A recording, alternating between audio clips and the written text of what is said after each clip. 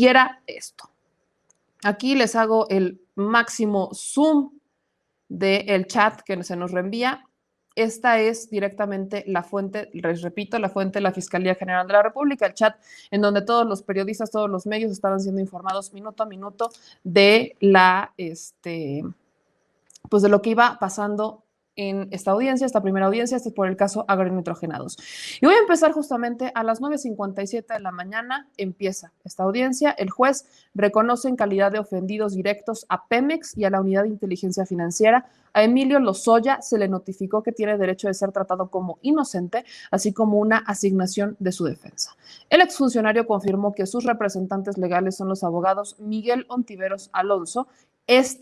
Lo subrayo acá, hasta lo pongo en azul, fue el subprocurador de Derechos Humanos de la PGR, extinta PGR, en tiempos de Felipe Calderón.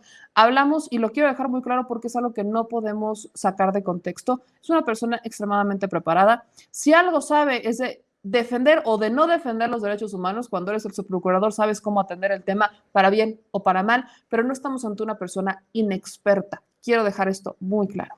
Y el otro abogado es Alejandro Rojas Pomeda. La defensa quedó acreditada por representantes de la Fiscalía General de la República y los denunciantes de Pemex y de la Unidad de Inteligencia Financiera. Ahora, a las 10:29 a.m., la Fiscalía General de la República detalla el estado de salud de Lozoya. De acuerdo con la información vertida por la Fiscalía General de la República, el 25 de mayo dio inicio la causa en la que se le señaló a Lozoya como el probable responsable de adquirir la planta de agronitrogenados con recursos de procedencia ilícita, mientras que el 17 de julio se recibió al imputado en el hangar de la dependencia, en donde se cercioraron de su personalidad. Dicho sea de paso, acá pues todos nos acordamos de la desvelada, ¿verdad? Digo, por si se les olvidaba, todos nos acordamos de la desvelada que nos metimos hasta las 4 de la mañana. Y quiero dejar esto claro, porque hoy por hoy, podemos entender que fue un operativo para aquellos que todavía tenían la duda, si el falso traslado de Emilio L., que se nos da a entender a los medios de comunicación, muchos lo veían como yo incluso en un principio dije que era un montaje, analizando bien la información y por supuesto disculpándome con todos. No es un montaje, fue un operativo bien planeado, porque se sabía desde España la condición que presentaba Emilio L. Esto cambia la historia. No es como que Emilio llegó sin que se supiera cómo estaba, en qué condiciones. Se supo desde un principio cómo estaba Emilio Lozoya, y desde ese momento en el que se sabe cómo está, se tenía planeado llevarlo directamente a un hospital una vez que bajara, llevarlo a un hospital, realizar el dictamen, llevarlo a un hospital y atenderlo, porque desde España se conocía cómo estaba su estado de salud.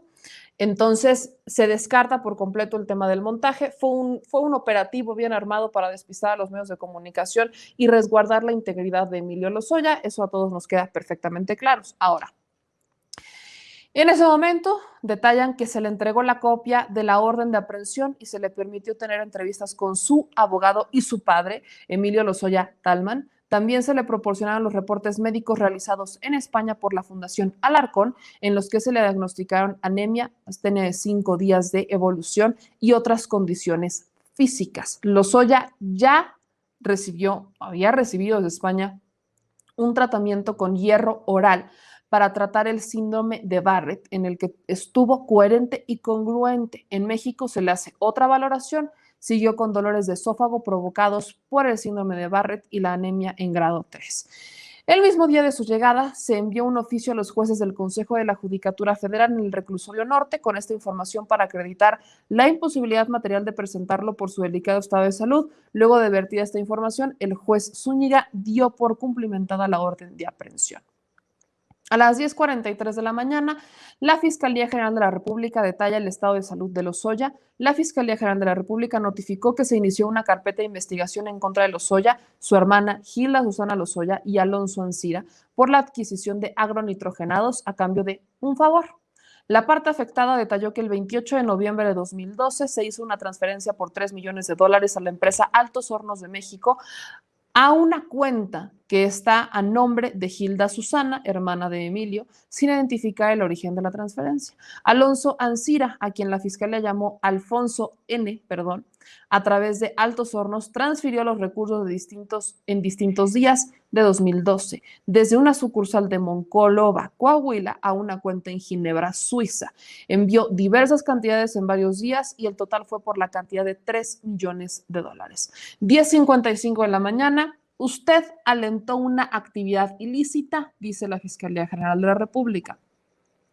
Usted ocupaba el cargo de director general de Pemex, donde tenía como funciones, entre otros, el portafolio de inversiones de Pemex y sus subsidiarias. Además de inspección y vigilancia general, usted alentó una actividad ilícita, ya que sin verificar, en julio de 2013, en sesión extraordinaria del Consejo de Administración de Pemex, fue autorizada la compra de agronitrogenados ubicada en Pajaritos, Coatzacoalcos, Veracruz, señala la Fiscalía General de la República.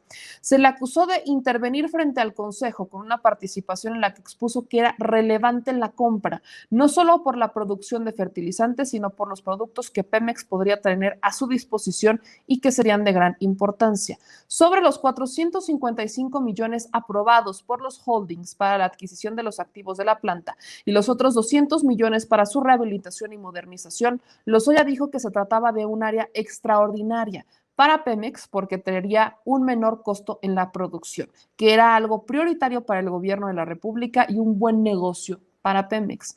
Para el 20 de diciembre de 2013 se hizo la compraventa de los activos. Resalta que Alonso A.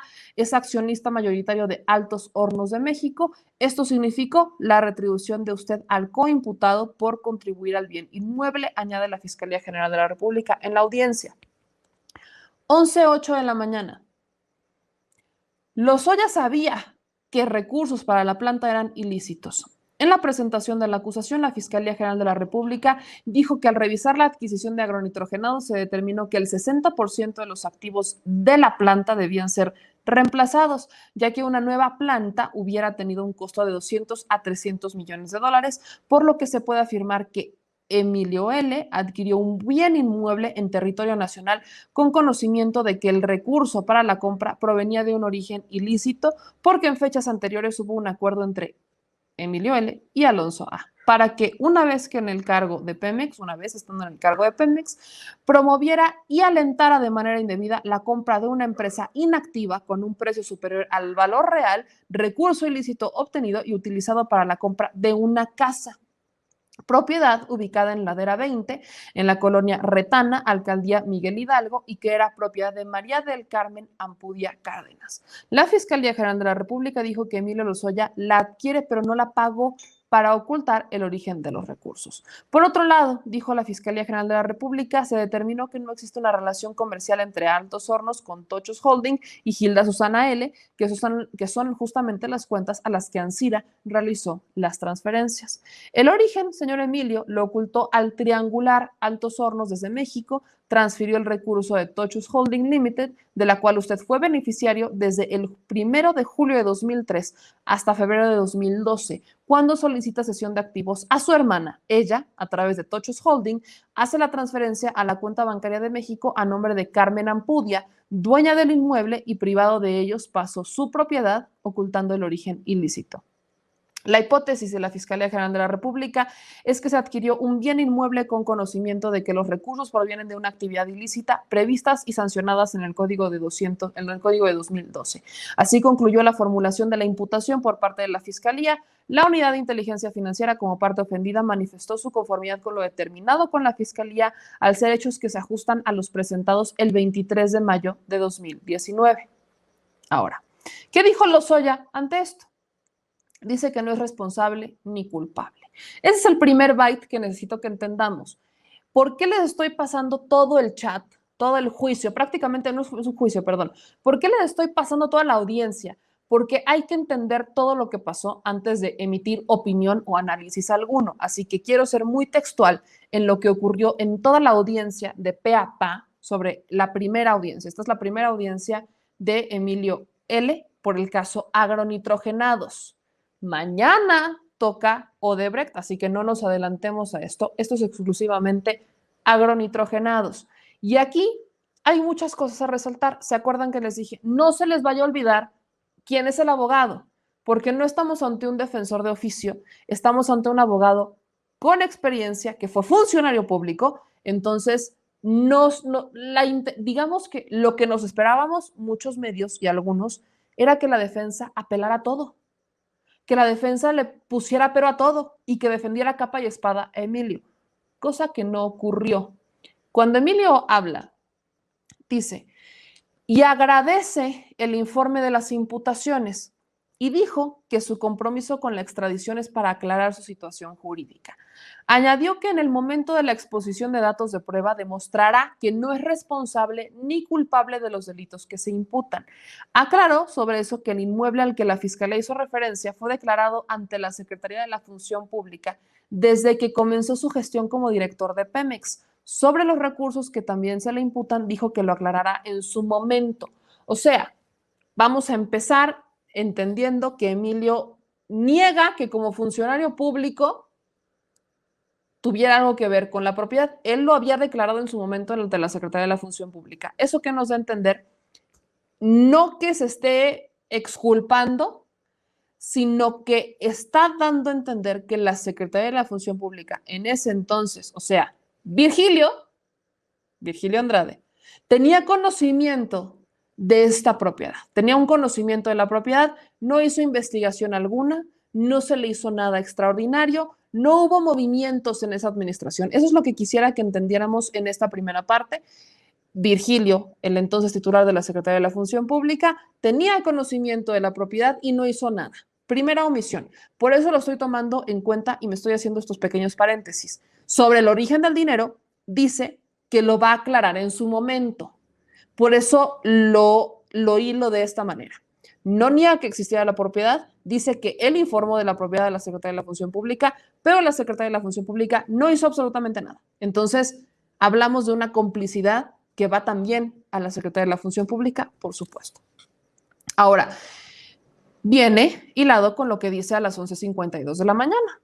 Lozoya, luego de la solicitud de vinculación al proceso, pidió la palabra para añadir que con relación a los hechos objeto de la investigación, fue sistemáticamente intimidado, presionado, instrumentalizado. Asimismo, manifiesto a usted que denunciaré y señalaré a los autores de estos hechos y vuelvo a reiterar mi compromiso de colaborar con las autoridades del Estado mexicano. Más adelante les voy a pasar un fragmento de la entrevista que se publicará mañana en La Neta Noticias completa, que tuvimos con el doctor Simón Herrera, abogado, defensor, estudioso, académico de estos temas, justamente los procesos penales complicados como este, y me dice, que ya lo verán, que Emilio no está en calidad de denunciar. Él no tiene calidad de denunciante. Él lo que debe hacer es aportar las pruebas para que los que pueden denunciar, que en este caso es la Unidad de Inteligencia Financiera, Pemex y la Fiscalía, lo hagan. Pero él no puede denunciar, así que él solo tiene que aportar las pruebas para que las entidades que pueden denunciar lo hagan. Y aquí me causa mucho ruido, porque Lozoya ahora está aplicando él, me presionaron. Esta es la frase que vamos a estar viendo en repetidas ocasiones. Emilio apela a que fue presionado. Pregunta del millón, ¿por qué no denunció? No, o sea, es una pregunta muy seria. Si él fue sistemáticamente intimidado, presionado e instrumentalizado, ¿te parece, por lo que estamos entendiendo, desde antes de que llegara Pemex? Entonces, ¿por qué aceptar el cargo? Entonces, ¿por qué no denunciarlo? Y no me vengan con él, ay, es que ya sabemos cómo es el sistema de justicia, sabemos que no iba a pasar nada. Estaba en riesgo su vida, lo amenazaron a él y a su familia. Podríamos pensar que entonces hablamos de que fue amenazado y presionado, no solo él, sino su integridad física y la de su familia. Es quizás el único escenario en el que yo podría entender que Emilio no hablara, que no dijera nada y que solamente se quedara diciendo sí, sí, sí y que aceptara todo. Porque es lo que está argumentando, que fue sistemáticamente intimidado, presionado e instrumentalizado. Entonces, si esto es así, quizás lo único que podría justificar que Emilio se quedara en el cargo, que nunca denunciara y que nunca dijera nada y que prácticamente fuera cómplice de todo, es que amenazaran su integridad y la de su familia, que lo amenazaran de muerte. Así que los intereses que estamos viendo aquí es un caso que va mucho más allá de la simple corrupción a la que estamos acostumbrados. Es lo único. De ahí en fuera, si no fue así, entonces pesó más para Emilio el cargo que la credibilidad, la ética y la moral. Dejémoslo así. Sigamos con este hilo. A las 12:35, la Fiscalía General de la República pide la vinculación por el lavado de dinero, primera vinculación a procesos lavado de dinero. La FGR solicita vinculación a proceso por el delito de operación de recursos de procedencia ilícita por ser perseguible de manera oficiosa. Aquí es perseguible de manera oficiosa. No nomás para que vayamos hilando, porque a esas alturas ya sabemos que no va a pisar la cárcel, al menos hasta ahora. Y el delito de lavado de dinero es perseguible de manera oficiosa. Ojo con eso. La parte acusatoria explicó que cuando se utiliza el sistema financiero mexicano se requiere de la Secretaría de Hacienda. Ahí está el byte. Se requiere de la Secretaría de Hacienda, por lo que se tomará la denuncia realizada por Santiago Nieto, titular de la Unidad de Inteligencia Financiera. Se presentaron las siguientes pruebas. Ahí les van las pruebas que presenta la Fiscalía.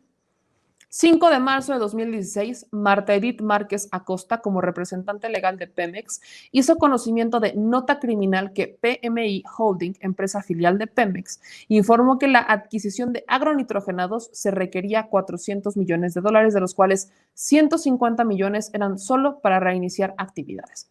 1 de diciembre de 2013, modificaron el avalúo, por lo que de 400 millones pasó a $475 millones. Se le solicita al Instituto de Administración y Avalúos de Bienes Nacionales, INABIM, un avalúo de la planta adquirida, pero luego se pidió eliminarlos para hacer uno comercial. Lozoya, en su calidad de director de Pemex, dijo que era primordial para el gobierno la producción de fertilizante y que por eso era importante adquirir la planta con los $175 millones de inicio y $200 millones para la reactivación. Acá, mis amigos, justamente estamos con este mismo hilo.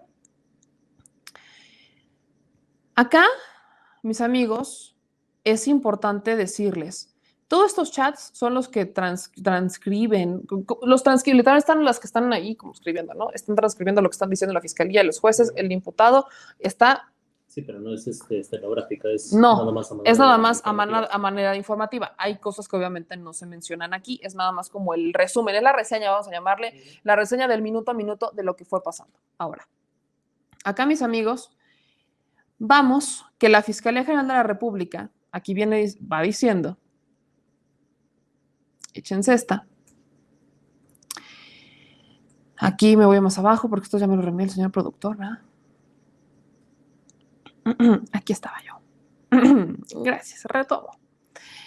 Ante el Consejo de Pemex, Edgar Torres Garrido hizo la presentación del tema ante los representantes de agronitrogenados, filiales de Agroquímicos, Agroseguridad, Asociados Minera del Norte SADCB, representadas por Alonso Ancira, las otras por Andrés González.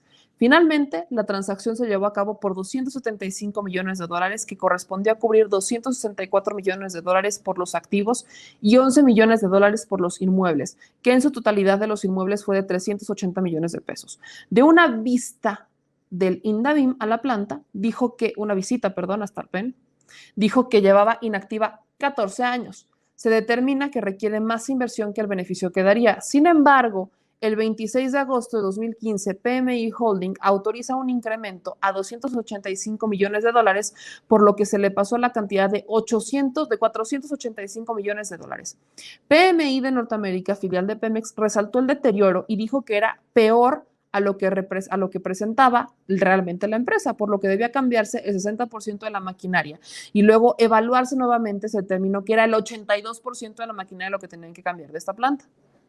Cuestionó la auditoría el por qué no se revisó todo este tipo de cuestiones sobre el por qué comprar algo completamente inservible. El incremento a $285 millones llamó la atención de las filiales, además de los $65 millones que cobraron por intereses de la deuda. Se contrató, ahí les va, se trató como si se comprara un recurso en marcha, cosa que no era. Boss Company dijo que no servía a la empresa porque llevaba mucho tiempo sin funcionar, además sin valorar el costo de rehabilitación de los recursos. Primero eran $200 millones por los inmuebles, luego se le suman $285 millones, pero para la rehabilitación. Segundo dato, escrito de denuncia, el 2 de mayo de 2019, denuncia presentada por Santiago Nieto, titular de la Unidad de Inteligencia Financiera de la Secretaría de Hacienda y Crédito Público, con fundamento en el artículo 402 bis, denuncia contra Gilda L., Emilio L. y Alonso A., dueño de Altos Hornos de México S.A.D.C.B., con la finalidad de ocultar el origen y el beneficiario de estos recursos. Acá, vámonos con lo que también dice la Fiscalía. Es conocido que Emilio L. participó en 2012 en la campaña de Enrique Peña Nieto y luego en el periodo de transición fue el representante de Asuntos Internacionales, periodo en el que se hicieron los depósitos primero de $500,000, luego $1 millón y posteriormente otro $1 millón, que equivale a 34,133,400 pesos, que es el monto del inmueble que se ubica en Ladera 20, Interior 11, La Retana, Lomas de Bezares, Alcaldía Miguel Hidalgo de la Ciudad de México, celebrado en Arquímedes 16, Colonia Polanco, Chapultepec, Alcaldía Miguel Hidalgo, propiedad de la señora Carmen A. Tochos Holding era una empresa donde Emilio L. estaba como beneficiario. Dicha entidad mercantil recibió recursos del Latin Bank, banco privado en Suiza. En ese momento la beneficiaria fue Gilda L. Sin embargo, llamó la atención que en ese momento ella era estudiante, por lo que no era apta para ser la representante de esa cuenta por los recursos que se manejaban. Pero en lugar de suspender la relación, el banco comenzó una investigación exhaustiva. A través de Tochos Holding Limited, en 2012 se transfirieron primero $1,500,000 y después $1,800,000 para la adquisición de la casa. Llamó la atención que en una empresa adquiriera un bien inmueble de esta magnitud, dado que no tenía sentido de inversión y no representaba una ganancia para la entidad mercantil, ya que el que sería titular del bien inmueble era una persona que no tenía nada que ver con la entidad jurídica mercantil. En diciembre de 2013, el 21 particularmente, se depositan $60,000 en favor de Emilio L. y otro monto para Carmen A. por la casa de Lomas de Bezares, por lo que resulta notorio que los recursos adquiridos no provienen de relaciones comerciales, sino de actos de corrupción con base en una estratagema de triangulación de recursos tanto a nivel nacional como internacional. Dato de prueba 3. Una inspección en mayo de 2019 pactada por agentes ministeriales a través de la apreciación visual entre Altos Hornos y Emilio L. Se observa el dictamen, se observa la apertura de la cuenta en 2008 Latin America Holding, de la que es beneficiaria Gilda L. Hay documento interno donde se menciona que es la beneficiaria de la cuenta sociedad. Como consultor está su hermano Emilio L. En 2011, primeros resultados, fondos relacionados a la actividad profesional. Otro documento se presenta como beneficiario a Emilio L. Formato de identificación de derecho habiente del banco como identificación. Están copias de los pasaportes de ambos hermanos. Estas son las pruebas que presenta la Fiscalía. Presentan también una relación bancaria de 2013 en donde se realiza la compra inmobiliaria para Emilio L., una solicitud de transferencia de Tochos Holding. Información también de prueba, debida diligencia. Gilda nació en 1983. Difícil creer que una estudiante sea capaz de intervenir en construcción de caminos y minería, ganando contratos donde se requiere experiencia. Emilio L. cuenta con gran experiencia, participando en negocios en Senegal y México. Obra el contrato de compra-venta del bien inmueble ante notario público entre María del Carmen y Emilio L. por el precio de $38,175,000 pesos. La parte vendedora manifiesta haber recibido también esa cantidad. Aquí hay un dictamen de peritos de la FGR, sobre todo la documental existente en la carpeta, así como la denuncia de Santiago Nieto, titular de la Unidad de Inteligencia Financiera. Bajo traducción de peritos diversas encuentran información bancaria de Tochos Holding de 2010, de relación bancaria de sociedad contratante firmado por Emilio L. y un estado de cuenta de 2012. Aquí se dice que se reúnen los requisitos probatorios y hay dictámenes incluidos por servidores públicos, peritajes, y todo esto obra como dato de prueba de arquitectura que el domicilio citado en agosto de 2019 asciende a $48,129,722 pesos. ¿Su valor? Acá están todas las pruebas. Hay actas de sesiones, copias certificadas de los oficios de Altos Hornos. Están también los parámetros de inversión de Pemex en los que se evalúa agronitrogenados y presentan justamente dicen que representan un riesgo a ser evaluados. Bosch & Company advierte que se podría destruir el valor económico. Se cuenta con copia de la reunión de PMI Holding en 2013, donde se autoriza este aumento de 400 a 475 millones de dólares para la adquisición, etcétera. Hay un acta de sesión de PMI Holding en donde se autoriza la inversión. Está también el dictamen evaluatorio. Hay datos de prueba evaluatorios. O sea, está toda la prueba sobre que se sabía con tiempo que esta planta de agronitrogenados no se tenía que comprar. No fue uno, fueron varios los que dictaminaron que no era viable, que estaba inservible y demás. Vienen acá todas las pruebas, copias certificadas, están números de cuenta y demás. El juez, a la 1:55, decreta una pausa para ventilar espacios y revisar aspectos técnicos. A las 2:48 se reanuda la audiencia. La Fiscalía General de la República sigue argumentando. La Fiscalía hace un resumen y reitera los detalles que se acaban de informar. Solicita la vinculación a proceso de Emilio L. al cumplirse todos los requisitos que se establecen para la comisión del delito de operaciones con recursos de procedencia ilícita, y entonces inicia la intervención de Pemex. Pemex valida la hipótesis, así como los argumentos que presenta la Fiscalía. Con las conductas del imputado, dice que se causó un daño a la paraestatal contable, negativa, ojo, por la obsolencia del inmueble y fuera de operación desde 1999. Estaban abandonados, una obsolencia física y tecnológica del dictamen pericial que provoca. Materializaron el gasto por deterioro por 4,206,652,220 pesos en Pemex Fertilizantes Pacífico.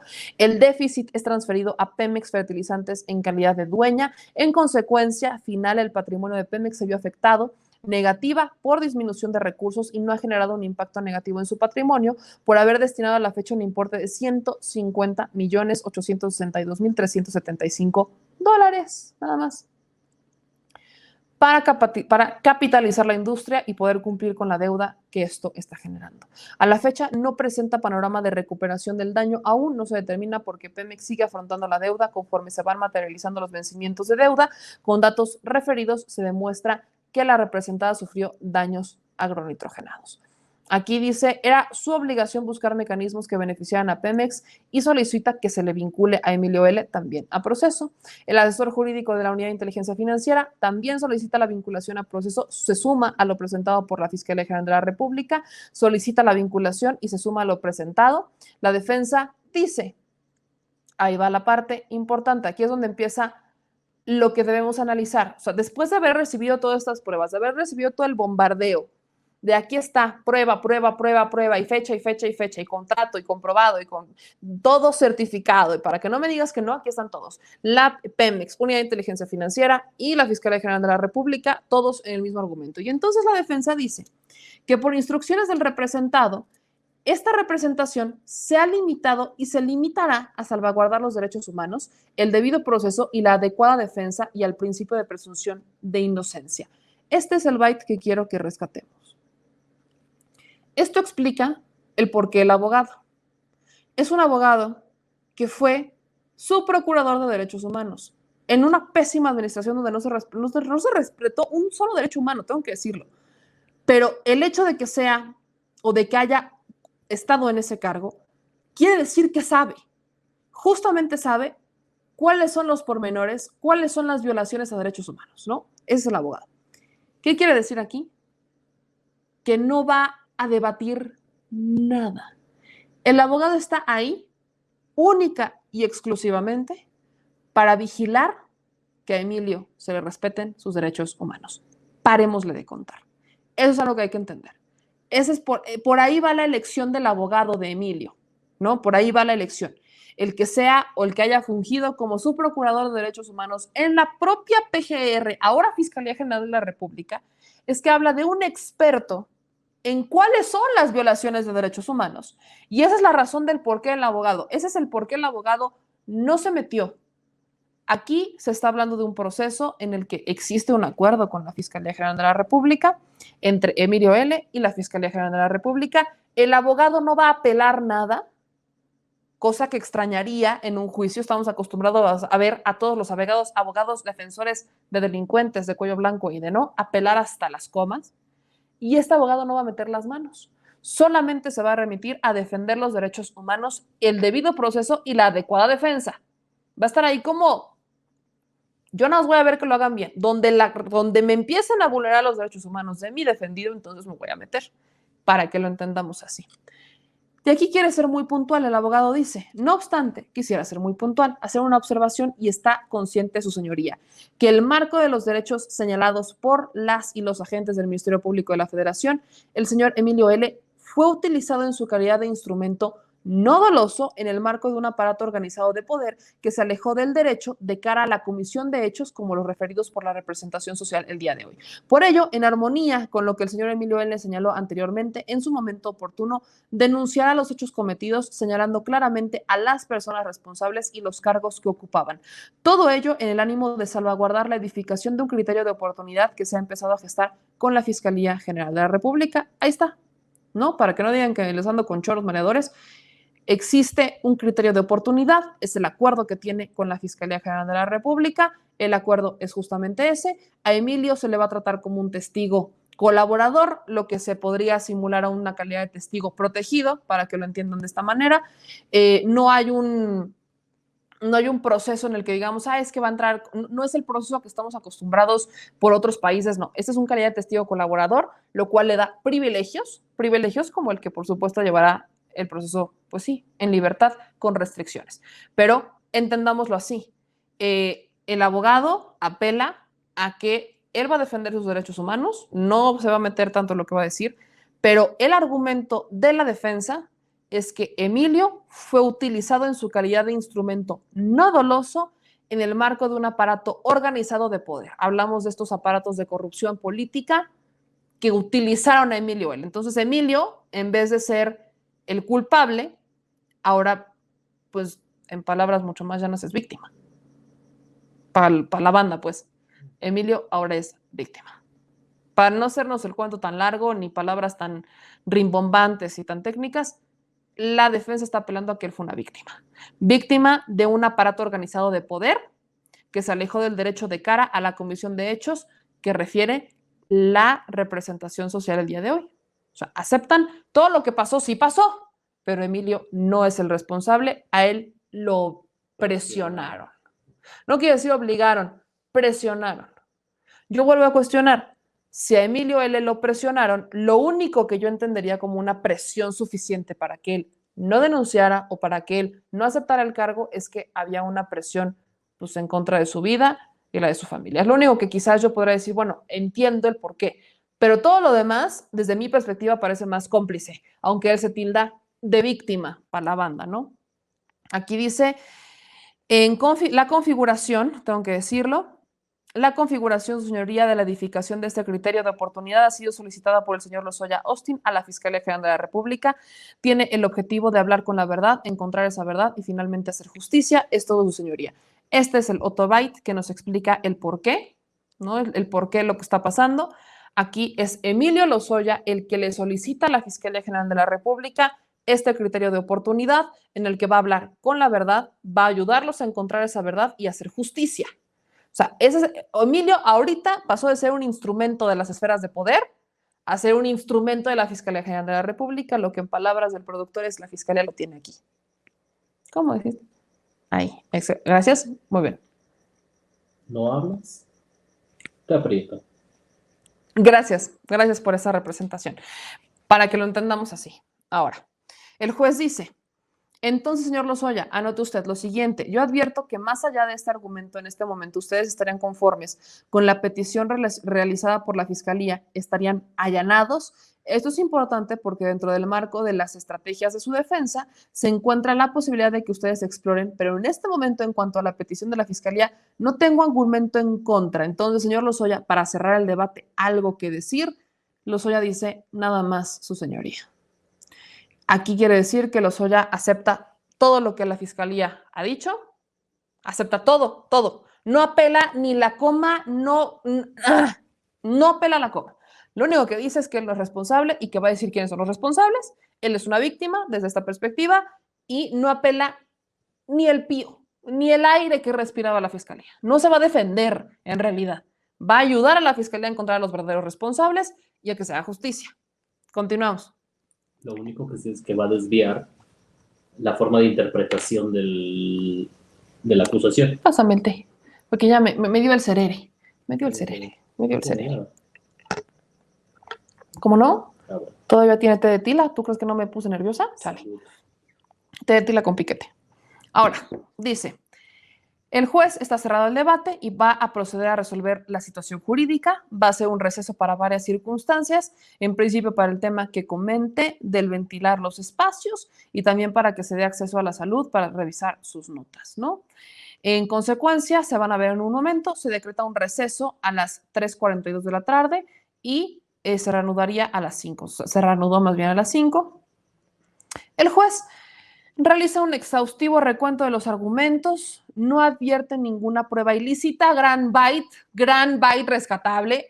El juez dice que todas las pruebas son legales, no hay una prueba por la que digan esta no la puedo admitir porque fue tomada de forma pues, indebida, no, todo es completamente legal. Gracias, porque luego nos topamos con cada, la neta, luego nos topamos con cada, pues, ¿cómo decirlo? Con cada juez, que bueno, ¿para qué les cuento, verdad? Continuemos con este relato histórico. Ahora, dice la propia fiscalía, me regreso aquí, tampoco hay violación a los derechos humanos de Emilio L., otro gran byte, entonces Emilio no va a ser, no van a desestimar pruebas porque fueran ni tomadas de forma indebida, ilegalmente, ni porque a Emilio L. pues se le violaran los derechos humanos, así que todo está muy bien. A las 7, prácticamente a las 7, se decreta una pausa para checar la conexión tecnológica de Emilio L.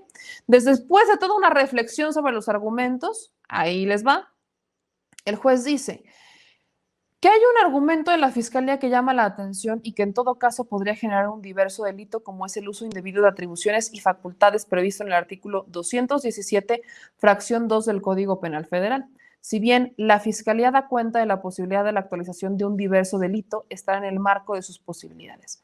Por último, señor Lozoya, advierto que usted y su defensa se están allanando a la pretensión de la fiscalía, es decir, no se generó un debate. En palabras más llanas, están a la merced de la fiscalía. Se analizó a manera de indicio razonable en este estándar para acreditar el hecho que la ley señala como delito como la causa probable.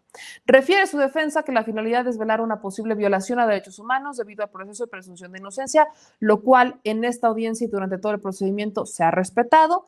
Dice que fue utilizado como un instrumento no doloso por un aparato organizado de poder y que se alejó del derecho para establecer diversos hechos y que en su momento se realizarán las denuncias y se precisarán las personas los cargos bajo el marco de un criterio de oportunidad que se lo solicitó a la Fiscalía General de la República.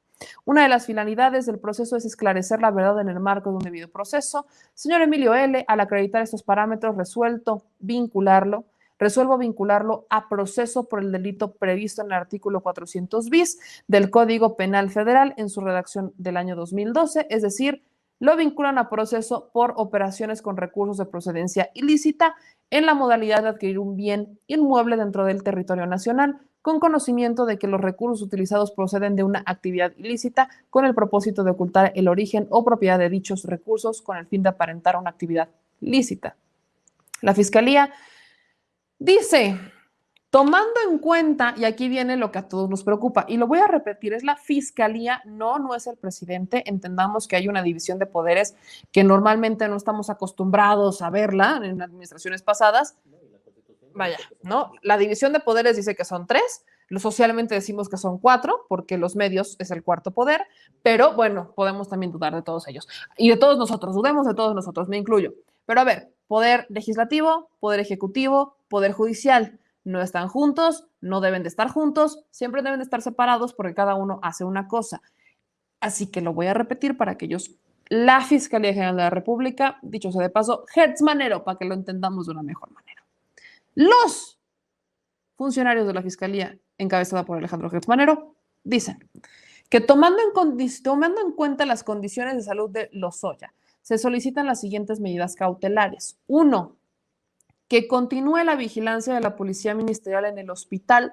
Se le va a colocar un localizador electrónico, por eso va a seguir vigilado. Cuando digo que va a seguir vigilado es porque tiene un localizador electrónico, así que sí, va a seguir vigilado. Emilio entrega pasaporte y visa para evitar su salida del país. Se pretende garantizar la presencia del imputado para que siga compareciendo en este proceso.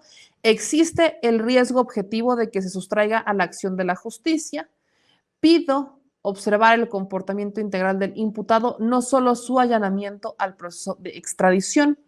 La defensa está de acuerdo con las medidas cautelares.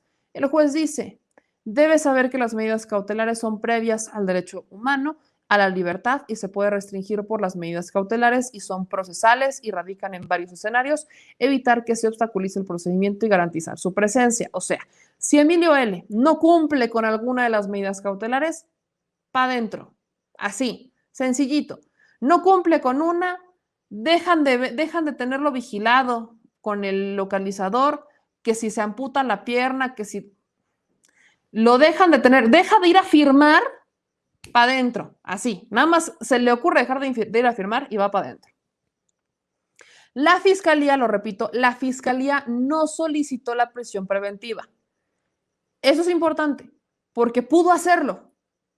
La fiscalía pudo solicitar la prisión preventiva y que Emilio ahorita está en prisión, cosa que no hizo. No la solicita por el mismo criterio de oportunidad. Aquí hagan de cuenta, la forma en la que tenemos de explicarlo es, pues, otra vez la manita, señor productor. ¿Tu manita? Ok. Si Emilio L. no dice lo que debe de decir, para adentro. Si Emilio L. Otra vez abrimos. Si Emilio L. se miente en las declaraciones o no llevan a una justicia, no llevan a conocer la verdad y no llevan definitivamente a imputar a los implicados, ¿no? A este círculo de poder que él acusa, para adentro, porque entonces se le estaría acusando de una forma distinta. La fiscalía lo tiene amarrado de cierta manera. Está sí en libertad, pero restringido para no salir del país, restringido para la movilidad, y donde él se vaya más lejitos, y donde no vaya a firmar, y donde no se presente, y donde no hable, para adentro. Que si nos ponemos un poco más especiales, no es imposible que se escape. También dejemos esto claro. No, no es imposible. Bienvenidos a México. Sí se puede escapar. Creo que hay que, o sea, no vamos a tildar, ay, es que nunca se va a escapar. No, sí se puede escapar. La fiscalía no tiene elementos, que es algo que también se menciona, no tiene elementos para pensar que se escape, porque Emilio es el que busca el acuerdo con la fiscalía, porque Emilio acepta de forma voluntaria la extradición. O sea, digamos que se ve la voluntad, eso es lo que están diciendo, que Emilio presenta voluntad de colaborar con la fiscalía y por eso la fiscalía dice, bueno, si tú vas a colaborar conmigo, no hay una forma, no tengo un criterio para pensar que te vas a fugar, pero te quito el pasaporte, te quito la visa y te pongo un rastreador y tienes que irme a firmar todos los primeros y 30, primeros y 15 de cada mes ante la autoridad correspondiente del centro de justicia. Este brazalete también va a ser pagado por el imputado, es lo que les decía, lo tiene que pagar él. ¿Cuánto cuesta el brazalete? ¿Te respondieron eso? No sabemos. Vamos a investigar cuánto cuesta el brazalete, pero bueno, ahora. Emilio tiene la prohibición de salir del país y debe entregar al Centro de Justicia Penal Federal sus documentos en horarios establecidos y la administración va a guardar pasaportes y visas. La Fiscalía pide que esta investigación se cierre en 6 meses. Se requieren mayores datos de prueba con asistencia internacional para conseguir los documentos de apertura de cuentas en las Islas Vírgenes y de María del Carmen Ampudia, datos del SAT, estados de cuenta de ella, así como de la empresa de Altos Hornos de México, y solicitar a la Unidad de Inteligencia Financiera la información financiera de Tochos Holding. La defensa pues dice que va. El juez concede los 6 meses que le pide a la Fiscalía y la audiencia concluye a las 8:53 de la noche. O sea, hace algunas horas concluye justamente la defensa, concluye la primera audiencia de Emilio L., ¿no? Ahora, todo esto, por eso les digo, todo esto sí lo dejo completamente claro. Quería yo mostrarles lo que la Fiscalía fue informando, pues puntualmente, para que estén ustedes involucrados. Ahora sí que voy a hacer alusión a lo que dijo Andrés Manuel López Obrador en la mañanera, hay que estar vigilando esto, pero que no caigamos en el morbo. Creo que esta parte sí es importante. Y el byte del año, ¿no? El byte del año creo que va a ser lo legal, no siempre es justo.